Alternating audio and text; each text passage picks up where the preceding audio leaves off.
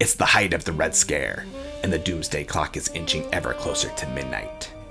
In a city infested with crime and corruption, the last honest journalist's obsession to expose the truth will put her against forces she could never have imagined. This is The Last Minute Till Midnight.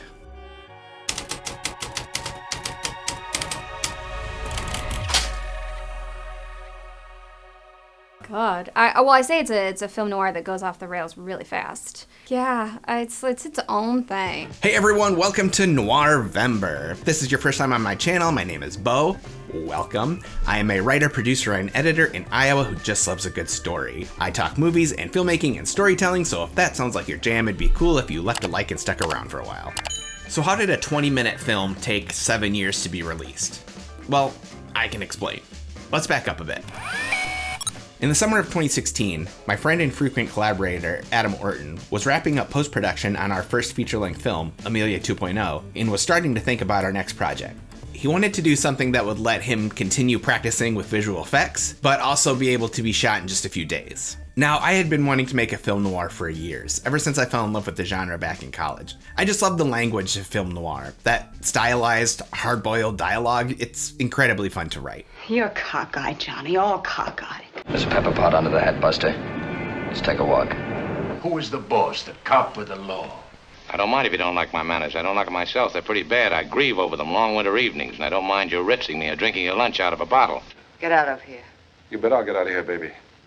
I'll get out of here, but quick. So I proceeded to give Adam my TED Talk on film noir. Film Noir 101. Of course, there are the surface level film noir tropes. Mirrors mean duplicity, shadows from bars or blinds mean the character feels trapped, cigarettes equal sex, and who lights the cigarette is important. But you also need a mystery. Something kind of convoluted, probably more complicated than it needs to be, but it's something that starts trivial and ends up being just the tip of an iceberg. Then you need a detective. It doesn't have to be a literal detective, just someone determined to solve the aforementioned mystery. Behind that mystery is a broken institution. Corrupt cops, politicians, the mafia, the commies. Then there needs to be an element of sexual taboo, or at least what would have been taboo in the 40s and 50s. Things like rape, incest, and pedophilia obviously fall into this category, but things like extramarital affairs and homosexuality would also qualify. And due to the Hays Code, most of this stuff is just implied. Lastly, there needs to be a sense of impending doom. Like the Sword of Damocles, the protagonist in a film noir is on a path of cruel, inevitable fate. Yes, solving the mystery is the right thing to do, but at what cost? By the time I was done talking, Adam had come up with kind of the vague skeleton of what would eventually become The Last Minute Till Midnight, a 1940s style film noir shot entirely on a makeshift green screen studio. If that sounds ambitious, that's because it was. Were we able to pull it off?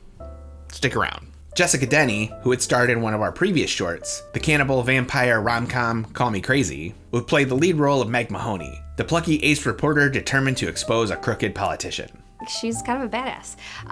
She would go to any lengths for the truth. I think it starts off as kind of a pure, she wants to know it and share it with other people, but I think it becomes almost an obsession to her to find that out for herself, and she'll go to pretty much any length and put herself in harm's way to do that. Angela Billman, star of Amelia 2.0, would play our Tough as Nails news editor, Babs Kane. Meryl Streep in The Devil Wears Prada is kind of the vibe I was going for, where the character has this sense of entitlement and importance and severity. And veteran stage actor Scott Humiston would play the heavy, the duplicitous Representative Tyler. Tyler is a Washington politician who is very power hungry, enjoys the sense of power that he has accumulated. And then it was time to call in as many favors as possible. Things like, who can do period style hair? Who knows someone who owns a gun from the 40s? And most importantly, who's willing to be paid in food? Once we had all that sorted out, it was time for Adam to paint his basement. Most of my experience has been on the stage, so I was really excited to have a chance to work in the green screen virtual environment to flex a different set of muscles. acting-wise.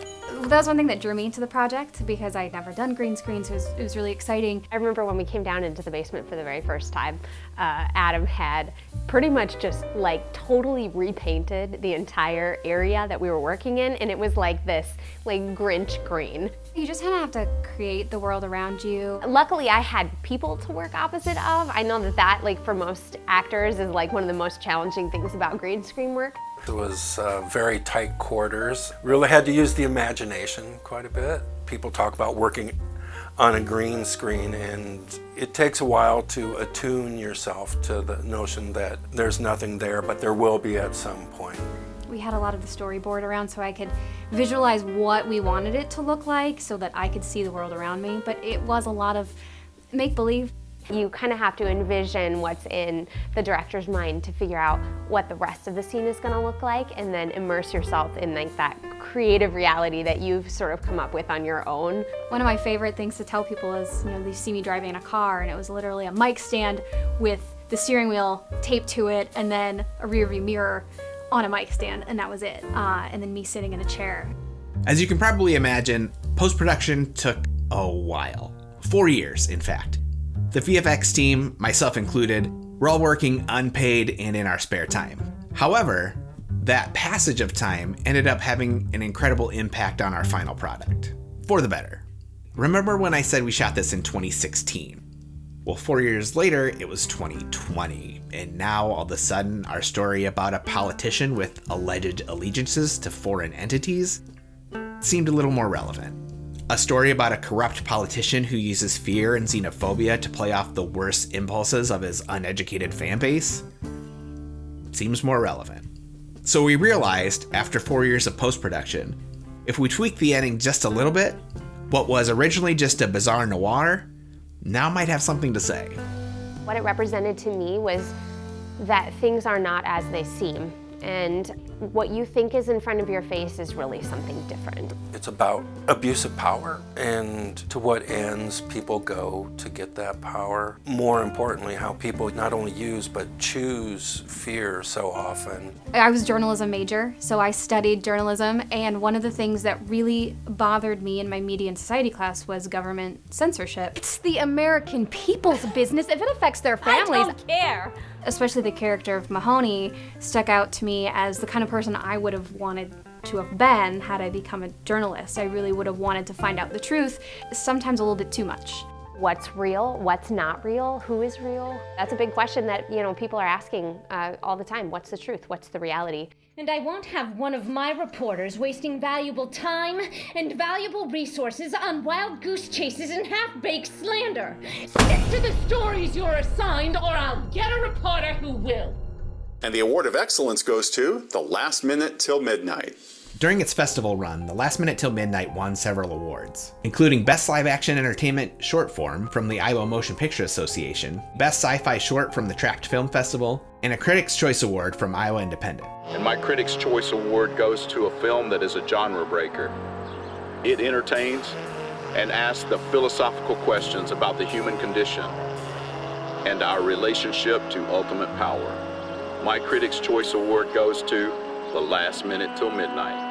I think Bo wrote an incredible script, and it's really cool because you got sci-fi in there, you got mystery in there, you have definitely a lot of intrigue. It's been really cool to watch how that grows and changes from what I thought it was going to look like to what it actually does look like. It was really cool to watch that unfold. It's going to be awesome. I know everybody put a lot of time, work, and effort into it, so can't wait to see the final product. Can't wait to see how it all ties together myself. But what now? Where can you, the YouTube audience, see The Last Minute Till Midnight?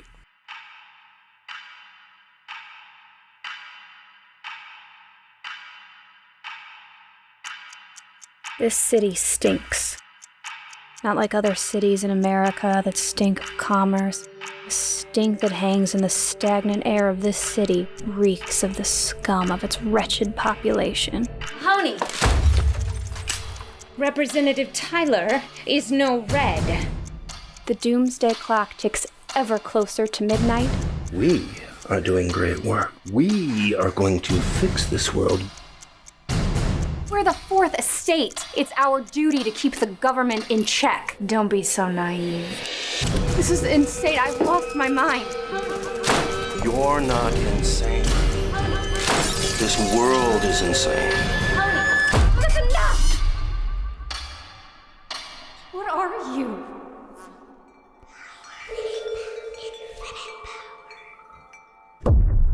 The Last Minute Till Midnight, streaming November 16th. November 16th? That's my birthday! Catch the YouTube premiere of The Last Minute Till Midnight on 11/16 at 7 p.m. Central Standard Time. I'll be live in the chat. I hope you will be too. But what's your favorite film noir? Mine's Touch of Evil, directed by Orson Welles. Alright, that's all I got. If you're cool, I'm cool, and I'll see you at the show.